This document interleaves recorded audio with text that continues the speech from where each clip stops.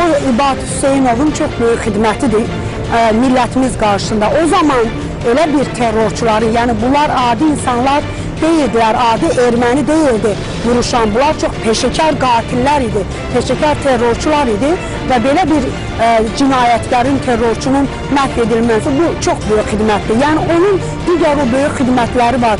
O çox böyük xidmətləri olan bir kəşfiyyatçıdır və Azərbaycanın belə deyək fəxri tıxarı olan bir insandır. Onun döyüşlərdə göstərdiyi o qədər böyük xidmətlər var ki, sadalamakla bitməz, amma təkcə bu detal kifayətdir ki, onun adını həmişə insanımız, millətimiz hörmətlə yad eləsinlər və belə deyək, onu həmişə üstün tutsunlar, ona həmişə böyük hörmət nümayiş elətdirsinlər.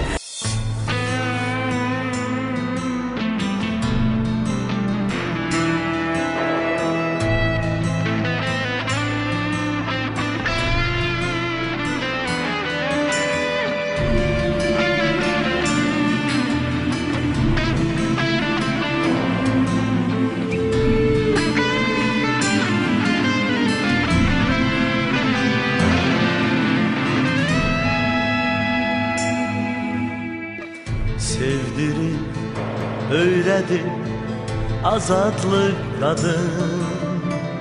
Səni bu dünyaya yetirən qadın.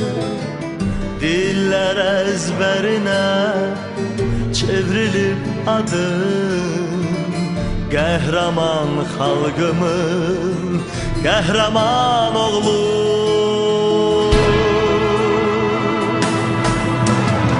Şərəfsən, şöhrətsən, qüdrətsən ibad. Qarabağ uğrunda çəkilsin bu ad. Biz çöktü düşməndə istədim dad. Qəhrəman xalqımın qəhrəman oğlu.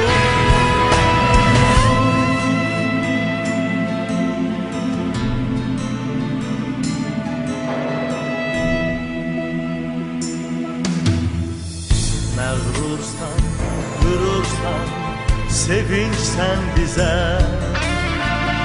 Bayrağı sən yüksəlt, taxçıdır düzə. Qələbə sevinci nur salsın üzə. Qəhrəman xalqımın qəhrəman oğlu.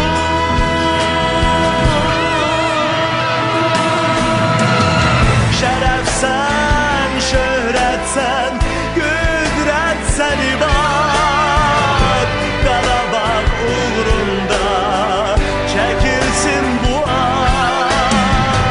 Biz köktü düşməndə istədim dad. Qəhrəman xalqımın qəhrəman oğlu.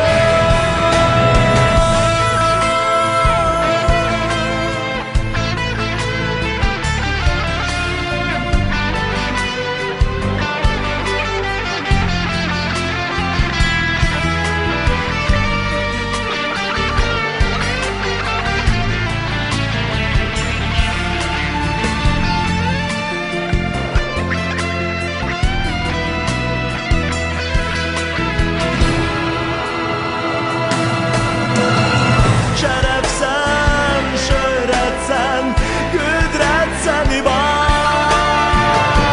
Qarabağ uğrunda çəkilsin bu ad.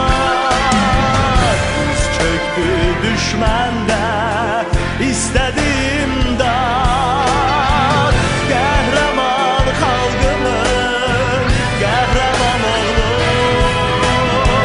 Şərəfsən, şöhrətsən, qüdrətsən ibad. Qarabağ uğrunda çəkilsin bu ad. Biz köktü düşməndə istədim dad. Qəhrəman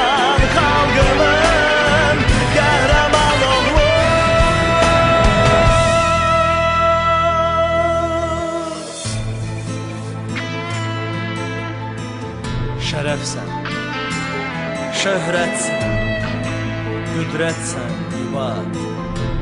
Qarabağ uğrunda çəkilsin bu ad. Diz çöktü düşmən də, istədi imdad. Qəhrəman xalqımın, qəhrəman oğlu